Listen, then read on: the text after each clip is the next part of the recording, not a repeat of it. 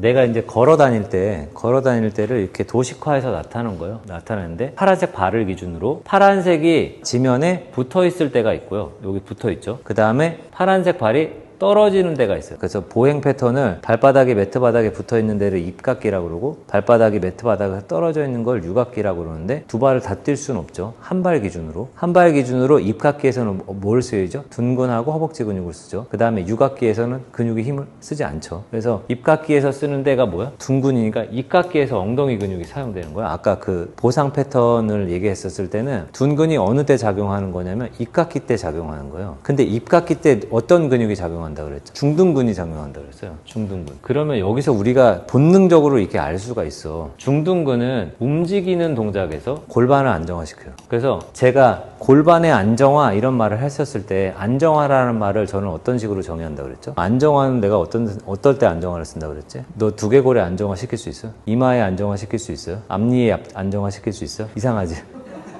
그러니까 안정화라는 말을 나는 관절에 쓴다 그랬어요.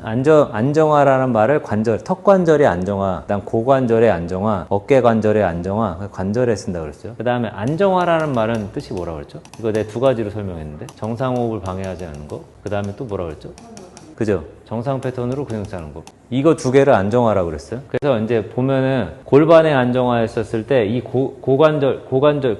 고관절의 안정화를 중둔근이 담당하는데 이 중둔근이 어느 때 담당하냐면요. 움직일 때 담당해요. 그래서 움직일 때 어떤 역할을 해? 정상호흡을 도와주지. 아까 내가 말했잖아. 중둔근이 깨지면 어떻게 된다고 그랬어? 요방형근이 보상되고 요방형근이 보상되면 횡격막이 안 움직이고 횡격막이 안 움직이면 어떻게 돼? 호흡 패턴이 깨지잖아. 그러니까 중둔근이 골반의 안정화 제가 설명하는 거 그대로 그냥 적용하면 돼요. 그 다음에 정상 패턴으로 근육을 사용한다. 예를 들면 고관절이 안정화돼 있으면 어떻게 돼? 내측 전정부로 매트 바닥을 누를 수 있죠. 내측 전정부로 매트 바닥을 눌러야지 고관절의 내전 내외전 굴곡 조건에서 둔근을 사용할 수 있잖아. 그러니까 똑같은 말이에요, 결국에. 그래서 고관절의 안정화는 결국엔 어떻게 된다? 그 중둔근을 호흡 관점에서 정상 패턴 근육의 동원 관점에서 만들 수 있다. 이렇게 되는 거야. 근데 조건이 뭐냐면 움직일 때야. 움직일 때.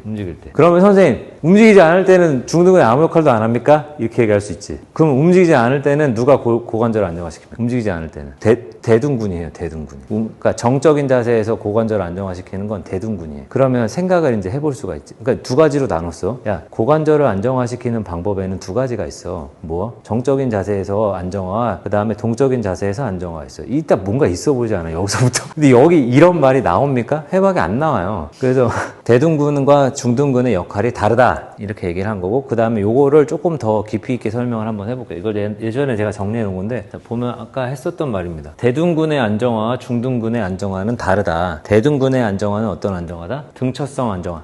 가만히 있는 상태에서 내 몸을 안정시키는 자세다. 두 번째는 중둔근의 안정화는 어떤 안정화다? 내가 움직였을 때 고관절을 안정화시키는 거다. 근데 제가 고관절 안정화는 뭐라 그랬죠? 정상호흡을 방해하지 않고 정상 패턴으로 근육 사용하는 거야. 이게 무조건 있어야 돼요. 그러니까 넌 골반이 불안해서 그래 라고 얘기하는 걸 남발하는 걸 막아야 돼. 그러니까 너는 뭐가 좀 불안정해서 그래? 다 불안정해서 라고 이렇게 다 얘기를 한단 말이야. 그럼 그 불안정한 게 어떤 영향을 주는지 어떤 원인이 있는지를 설명을 못 해요. 대부분의 선생님들이 설명을 할 수 없어. 관절의 안정화를 제가 아까 말한 대로 정의를 하잖아요. 그러면 딱 두 가지 관점에서 설명할 수 있어요. 뭐야 이거? 안정화는 둔근이 시키는 거네? 이렇게 되잖아. 그러면 한우만 할 때 좌우 정렬이 틀린 거를 내가 스트레칭으로 맞출 수 있다는 거야 없다는 거야? 골반이 좌우 정렬이 안 맞아. 골반의 좌우 정렬이 안 맞으면 스트레칭 하시는 사람들은 다 어떻게 하고 있어요? 왼쪽 다리 조금 더 찢어야겠다 이렇게 생각하고 있지 않아? 오른쪽 다리가 정렬이 안 맞아가지고 가동 범위가 적게 나오고 왼쪽 다리는 길게 나왔어. 많이 나오기 시작했어. 그러면 고관절 안정화라는 사람들은 그 사람은 좌우 대칭으로 정의하고 있잖아요. 고관절 안정화를 나처럼 정리한 게 아니라 좌우 대칭으로 정리했으니까 오른쪽 다리를 안 나오는 가동 범위를 조금 더 찢어보면은 만들어지겠네? 이렇게 정의하는 거잖아. 그럼 이 사람들은 좌우 정렬을 맞추기 위해서 뭐해? 과신전을 하죠. 반대쪽 과신전을 하죠. 그러면 좌우 정렬을 맞추기 위해서 과신전을 하는 게 실제로 맞춰지냐는 거야. 안 맞춰지지. 왜?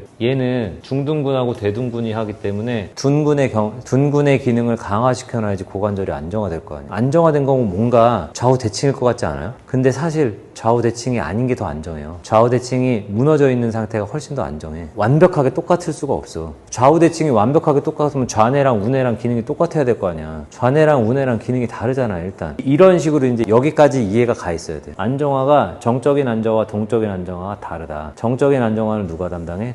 대둔근이 하고, 동적인 안정화는 누가 해? 중둔근이 한다. 일단 여기서 끝나는 게 아니라 하나 더 나가면 어떻게 된다? 고관절을 안정화시키는 게, 만약에 내가 다리 찢기를 한다고 했었을 때 한쪽 다리가 가동 범위가 덜 나오고 한쪽 다리가 가동 범위 더 나온다고 그랬었을 때, 덜 나오는 쪽을 스트레칭 시키고 과신전 시켜가지고 골반의 안정화를 만들 수 있다 없다? 없다. 왜냐하면 고관절을 안정화시키는 역할은 둔근이 하니까. 오히려 둔근을 강화시키고 정상 패턴으로 쓰는 능력을 만들어놔야 어떻게 된다? 골반 정렬이 맞아진다. 그래서 한발 스쿼트를 한참 할 때가 있었어요. 오늘 했던 거를 정면, 측면, 후면, 정면, 측면, 후면을 계속 막 돌릴 때가 있었어. 그때 저랑 같이 훈련을 하시고 운동하셨던 선생님들이 똑같이 하는 말이 있었어. 자기 다리 찢기 한 번도 한 적 없는데 다리가 왜 찢기니? 사마코나 아사나랑 산후만이 왜 되는지 모르겠대. 그게 왜 되는지 모르겠는 게 아니라요, 그 다리 찢기는 앞에는 전굴이고 뒤는 후굴이에요. 그래서 둔근을 강화시켜 놓잖아요. 그러면 뒤에 다리에 후굴이 잘 일어나. 앞에 다리에 있는 전굴이 잘 되려면 햄스트링의 가동 범위 늘어나야 되고 고관절 경첩이 일어나야 되고,